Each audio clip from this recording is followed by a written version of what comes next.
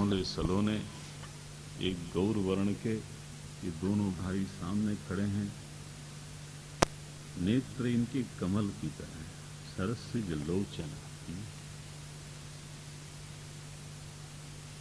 ये साहित्य का एक उत्कृष्ट ग्रंथ है, हिंदी साहित्य का। लोचन कमलवत जब बोला जाता है तो उसमें दृष्टि का अर्थ होता है। लोचन की बनावट तो कमल की तरह होती होगी, पता नहीं, वो तो ठीक है, वो एक हिस्सा है। लेकिन दृष्टि में अगर कमल की सुगंध हो, दृष्टि में भी कमल की मधुरता हो, कमल की कोमलता हो, कमल की पवित्रता हो और कमल का सौंदर्य हो, दृष्टि में, गोलक में नहीं, दृष्टि में। आप इसको समझना, जैसे बोलते हैं ना, उन्होंने ऐसे देखा जैसे आग बरस रही हो, उनके नेत्रों से आग बरसती है। It is a poetic expression. कोई आग बरसती है तो आप जलोगे नहीं, आपका मन जल जाएगा। तो जब कमल लोचन कहा जाता है तो उसका अर्थ दृष्टि से ज्यादा होता है और आंख की बनावट से कम होता है। अगर आप इसको ठीक से और जांचना चाहते हैं तो आप पुष्प वाटिका का प्रसंग पढ़िएगा। वहां सीता जी के बारे में कहा गया कि वो जिधर देखती थी उधर शत शत कमल खिल जाते थे।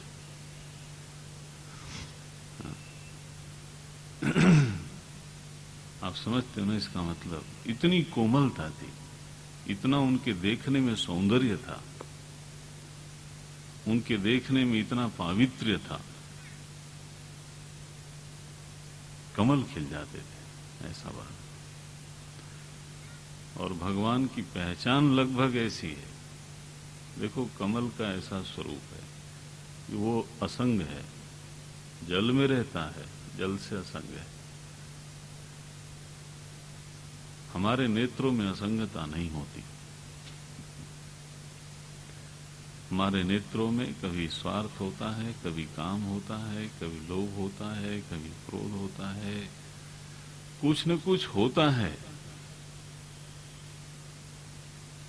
ये तो भगवान के ही नेत्र हो सकते हैं जो देखें भी, उसमें कोमलता भी हो, उसमें सुगंध भी हो, लेकिन साथ के साथ में असंगता भी हो। ये दुनियादार लोगों के आंख में नहीं होता। उनके आंख में बहुत कुछ होता है। उसकी व्याख्या करने की जरूरत नहीं है। सरसिज लोचन बाहु विशाला, भगवान की भुजाएं विशाल हैं। ये बाहु का सौंदर्य भी माना जाता है। और कविता की दृष्टि से जिनका बल विशाल है, उपलब्धि विशाल है, महाबाहो जब कहा जाता है उसका अर्थ ऐसा भी है। सरसिज लोचन बाहु विशाला, जटा मुकुट सिर, जटाओं का मुकुट पहने हुए हैं, क्योंकि जंगल के राजा है ना। भगवान तो बदसूरत होके नहीं रहते। Never never. एक बार गुरुदेव ने मुझे लिखा, I don't know when these Hindus lost the affection for perfection, though they are the worshippers of the perfection and beauty. Their gods are all beauty only. उनका कपड़ा सुंदर, उनका बाल सुंदर, उनका नख सुंदर है ना। भगवान पूर्णता के पुजारी हो आप, सौंदर्य के पुजारी हो, लेकिन केवल मूर्ति तक। ये लिखा उन्होंने, आई डोंट नो व्हेन। वो हिंट था मेरे लिए, बहुत अच्छा था वो। उसका मतलब था क्योंकि वहाँ तो सिद्धबाड़ी में तो कागज भी अगर थोड़ा इंफीरियर हो जाए तो प्रसाद के साथ आ जाता था। एक बार मैंने रिपोर्ट भेजी त्रैमासिक, तो कागज थोड़ा इंफीरियर था और वो प्रिंट भी इंफीरियर था। तो लिखते हैं उस पर, the report was very exhaustive but paper and printing is very poor and patrons of the trust will think very poor of you. मैंने कहा मारे गए मियां सुल्तान। इसके बाद कभी दूसरी बार अच्छा गया तो उसको याद किया हुआ था, उन्होंने लिखा ही यस कैपिटल लेटर में, this is the Chinmaya standard, keep it up. महाराज उसी गुरु के शिष्य हम लोग, नालायक ही सही लेकिन रगड़ाई तो वो करते थे, इसमें कोई दो राय नहीं।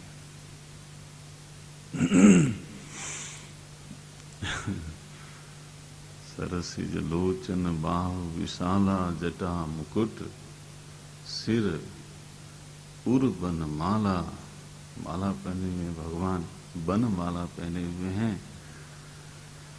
श्याम गौर सुंदर दो भाई, सबरी परी चरण, चरणों में लिपट गई सबरी, और प्रेम का इतना प्रगाढ़ प्रवाह है कि कुछ बोल नहीं पाती,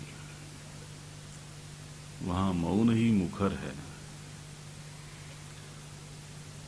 भाव का प्रवाह यदि तीव्र हो तो वाणी साथ नहीं देती। जिन लोगों को साहित्य से प्रेम है उनके लिए बोल देता हूं।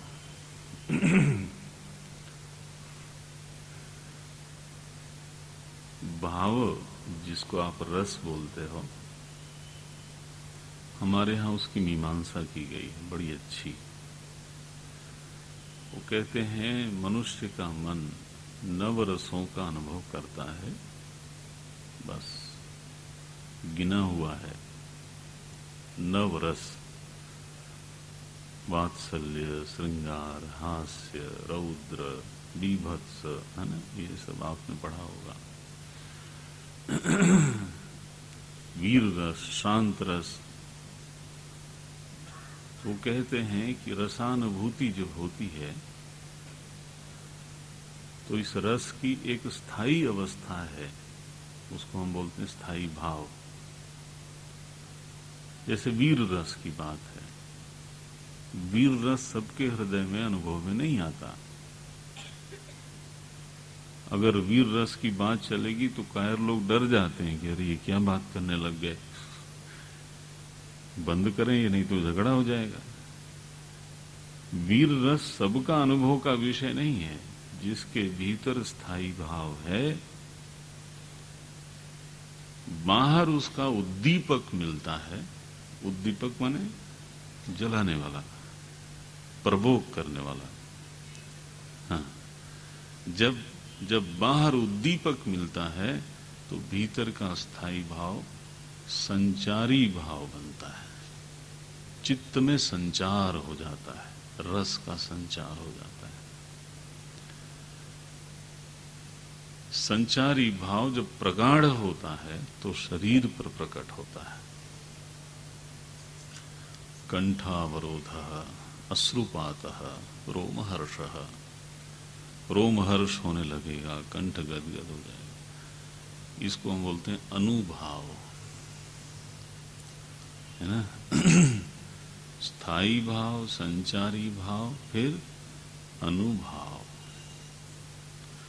और फिर उसके अनुसार जब चेष्टा करने लगता है व्यक्ति तो उसको हम बोलते हैं विभाव।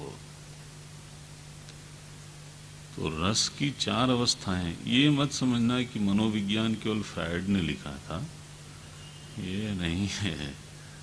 वो तो हम दरिद्र हैं अज्ञान के कारण। अपनी चीज को समझा जाए तो काफी धनी हो आप, ऐसा नहीं है।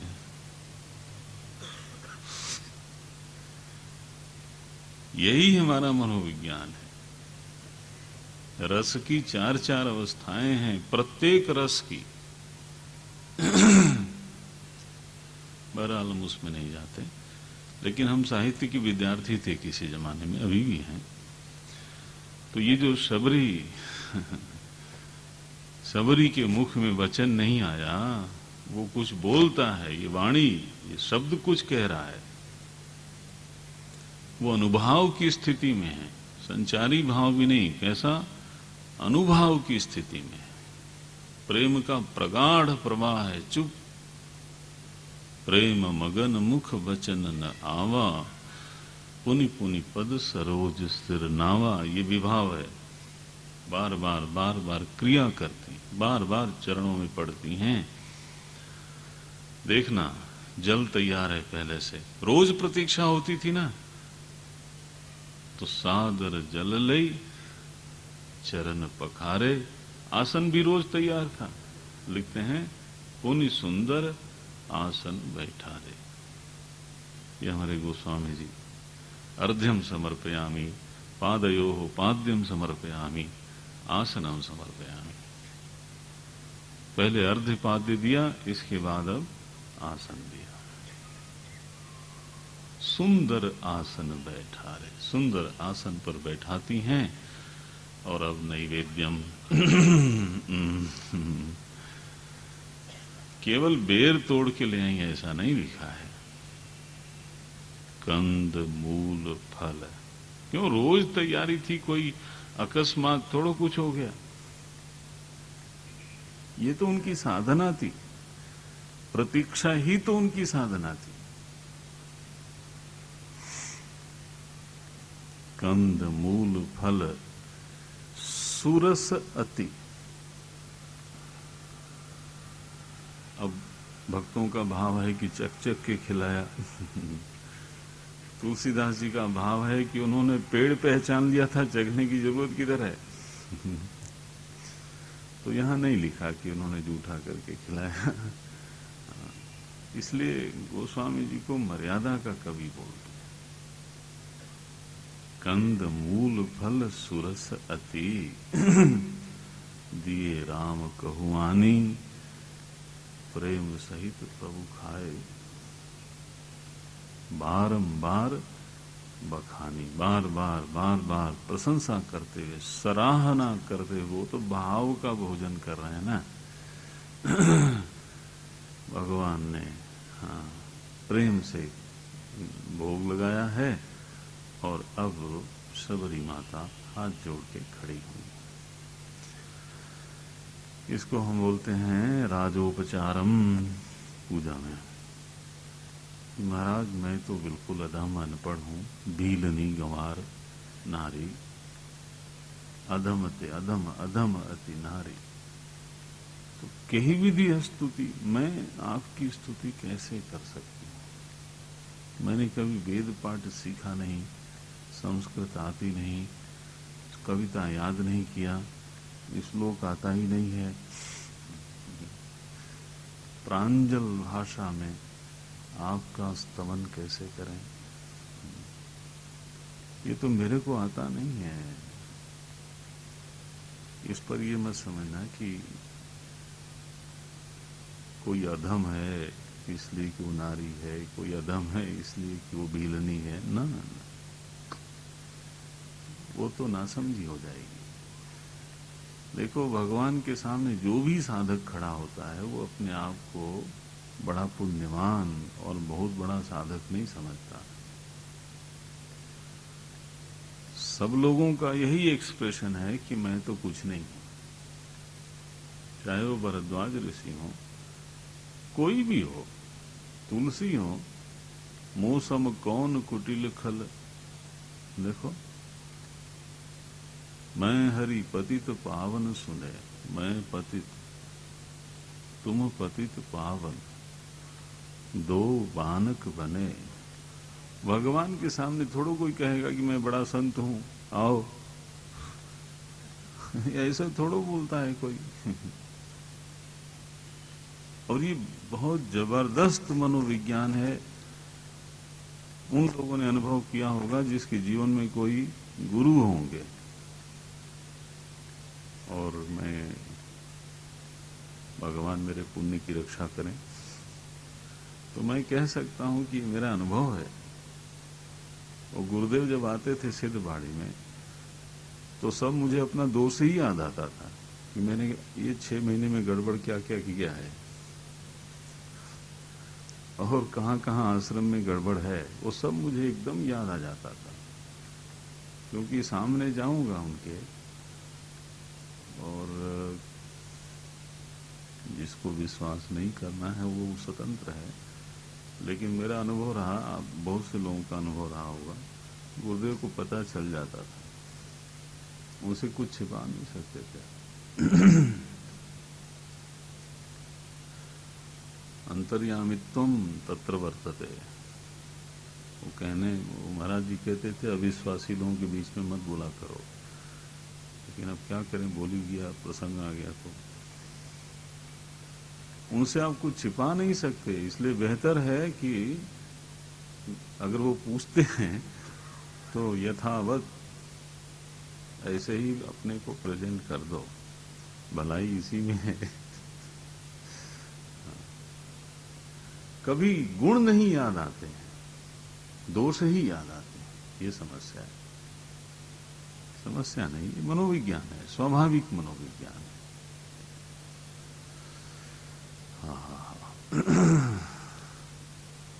तो सबरी माता इस तरह से बोलती हैं, कई विधि स्तुति करूं तुम्हारी। भगवान ने कहा तुम्हें स्तुति करने की जरूरत नहीं है, तुम तो पढ़ी लिखी नहीं हो, लेकिन मैं तो पढ़ा लिखा हूं, तो आओ मैं ही स्तुति करता हूं। अब रामायण में पहली बार भगवान ने पूरे रामायण में एक जगह स्तुति की है अपने भक्त की, पूरे विस्तार से की है। बोले सबरी सुनो सुनो, तुम नहीं बोल सकती ना, कोई बात नहीं, मैं बोलता हूं। क्या बोलते हैं? कल ये मैंने टीवी सीरियल से सीखा।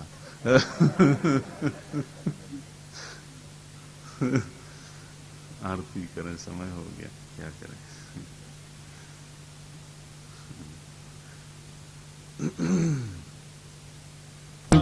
श्री राम कीर्ति कलित ललित सियति की, कीर्ति कलित ललित आरती श्री रामायण जी की, आरती श्री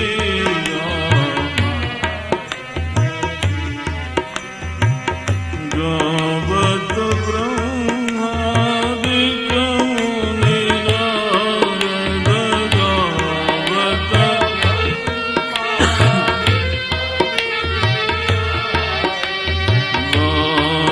वाल्मीकि विज्ञान विशारद,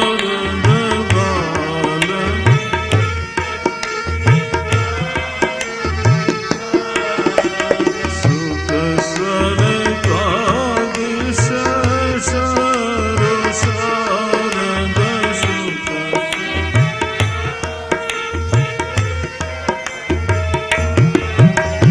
भरनि पवन सुत कीरतिनि की, भरनि पवन कीरतिनि आरती श्री रामायण जी की, आरती श्री रामायण। गावत वेद पुराण अष्टदश, गावत वेद पुराण अष्टादश, सबो शास्त्र सब ग्रंथन को रस, शास्त्र सब ग्रंथन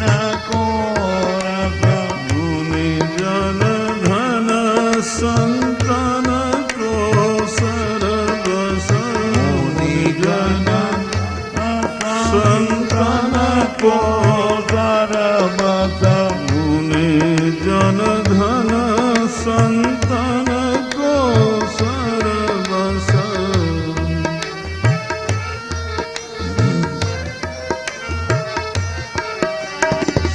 सारंस सम्मत सबहि की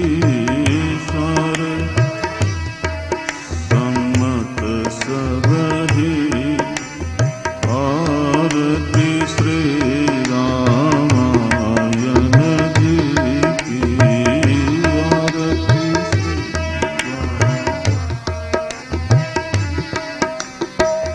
गावत संतत शंभु भवानी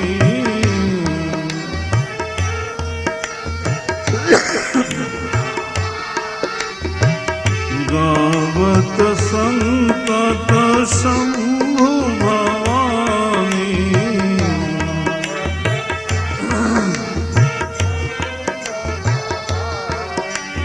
अरुघट संभव मुनि विज्ञानी अरुघट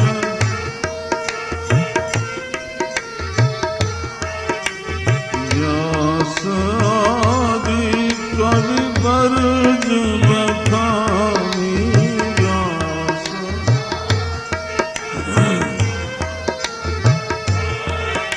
काग भुसंधि गरुण के की काग भुसंधि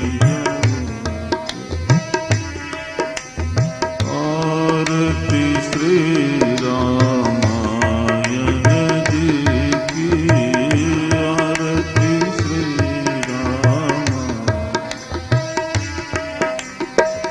कलिमल हरनि विषय रस की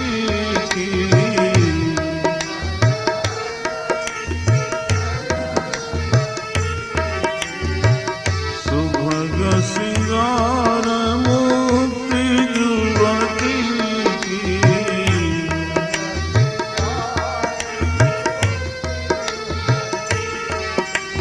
दलन रोग भव मूर्यनि की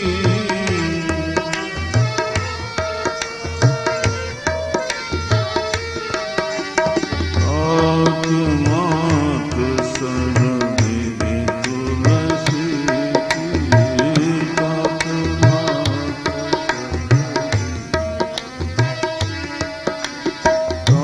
आत्मात सर्वविधि तुलसी की आत्मात सर्वविधि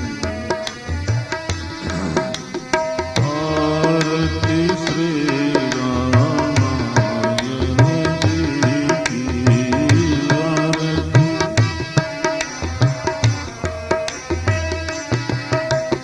कीरति कलित ललित सियति की कीरति कलित आरती श्री रामायण जी की आरती श्री रामायण जी की रामायण जी की सियावर रामचंद्र भगवान की पवन सुत हनुमान की बोलो भाई सब संतन की सद्गुरुनाथ महाराज